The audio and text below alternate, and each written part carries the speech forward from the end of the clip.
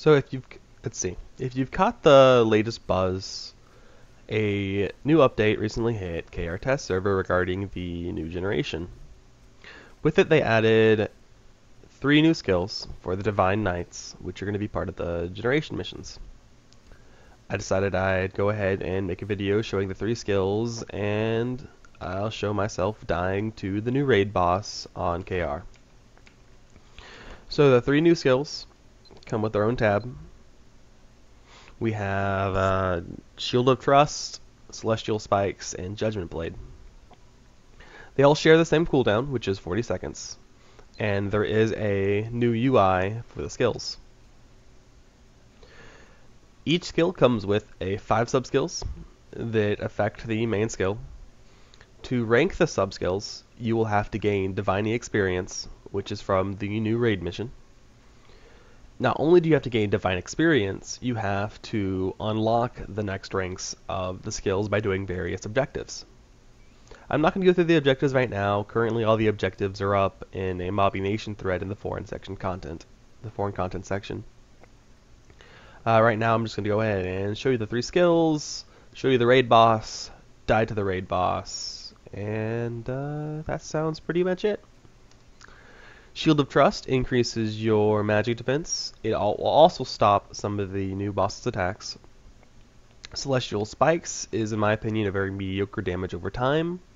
It deals 180 damage per second over 10 seconds. That's a 1800 damage. Not too much. There is a skill that ups it right here, but it goes up to 30, so at maxed rank, the total damage you can do on a single enemy with Celestial Spikes would be 2,100 damage. And then we have Judgment Blade, which will, at rank 1 is a 900% damage attack with a small AoE around a big sword. There's a sub-skill that increases the AoE width. I do not have it yet. But anyway, let's start out with the shield skill. Actually, yeah. So you come out, you pop down a shield, and you protect yourself.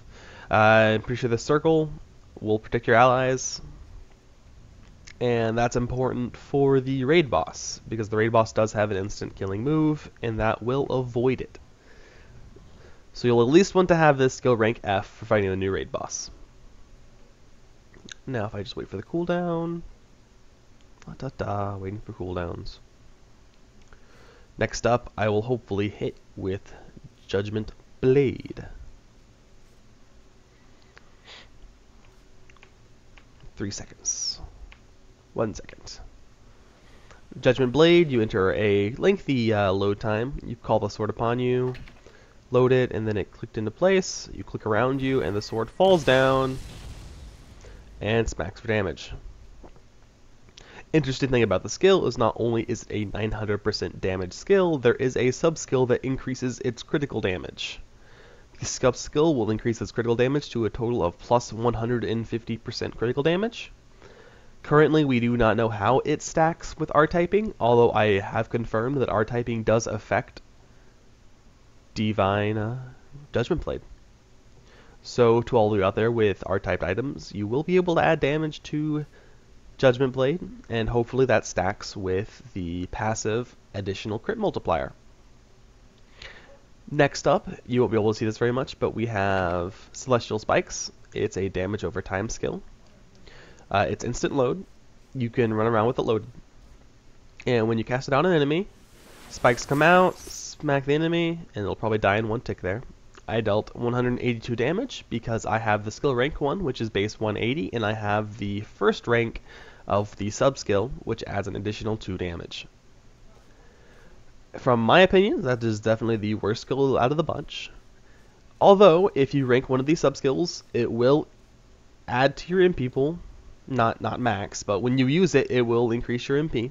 So you will recover MP when you max out one of its sub-skills.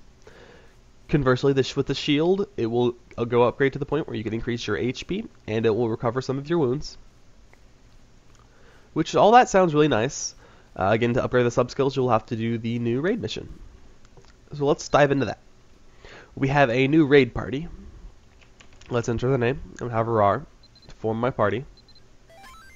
And as you notice, this is a very different party menu. We have it's a total of a 16-person party divided up into 4 different groups. This button here will actually take you to the raid area. So the raid area is in Maka, down in this plaza over here, behind the bar. It's this lovely little emblem over here. The raid mission has 3 difficulties. So when you come to the mission, this would be to pick a raid mission. I'm already joined a party, so that's that. Let's see if I can leave the mission. There are 3 difficulties. I'm heading in on the basic difficulty. And then to enter the mission, you come over here at the second option, and you will enter your party into the mission. So here's our fancy pants new boss, who is honestly pretty scary. I haven't been able to get much of him down solo, because it is a raid boss and I am alone. It doesn't seem too terribly hard for really geared players. I don't see myself having a huge problem fighting him on Mabinogi and A. He does have some interesting mechanics though. Let's see if he'll go and use his Skyfall attack. Also, as you attack him, he will start using more attacks. So I honestly won't be able to show all his cooler attacks, so I won't be able to get him down to low health. This is more of just a show off the boss and a couple of his animations. And I was talking to some friends last night, and they were like, why does he get cape physics before players get cape physics? As you can see, as he walks around, all his stuff moves. Even his loincloth moves. Come on. I have to use some potions here.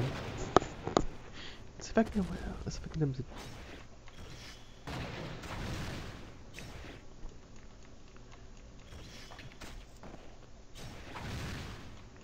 Smash him a couple times with Breonock. Because why not, you know?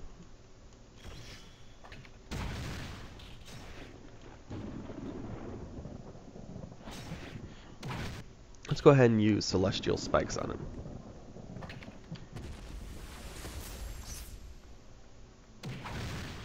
So now he's taking that damage over time, 182 per second. Did a nice around 5% damage to him. You can probably calculate the max HP he has in basic. Here is the skill where he flies him in the air, tosses down a rock. I will go ahead and show that one more time so that I can actually avoid it. The interesting thing about this boss is that since your Divine Knight skills are on a global cooldown, you have to make a decision between attacking him and defending his attacks. The spikes from the sky is not an instant kill, although he does have one. So you'll definitely want a party who can come in and protect you from the instant kill. In addition to that, he will eventually pop up a second HP bar. That HP bar can only be damaged by the Divine Knight skills. So if you're damaging him with the Divine Knight skills, your Sheed skill will be on cooldown to avoid attacks. And see right there, I avoided the Crystal Fall, and he actually does go into a little stance where you're free to hit him for a bit. And that'll be all for this KR test showcase. I will keep you guys up to date as more stuff come. And I hope everyone has a nice day.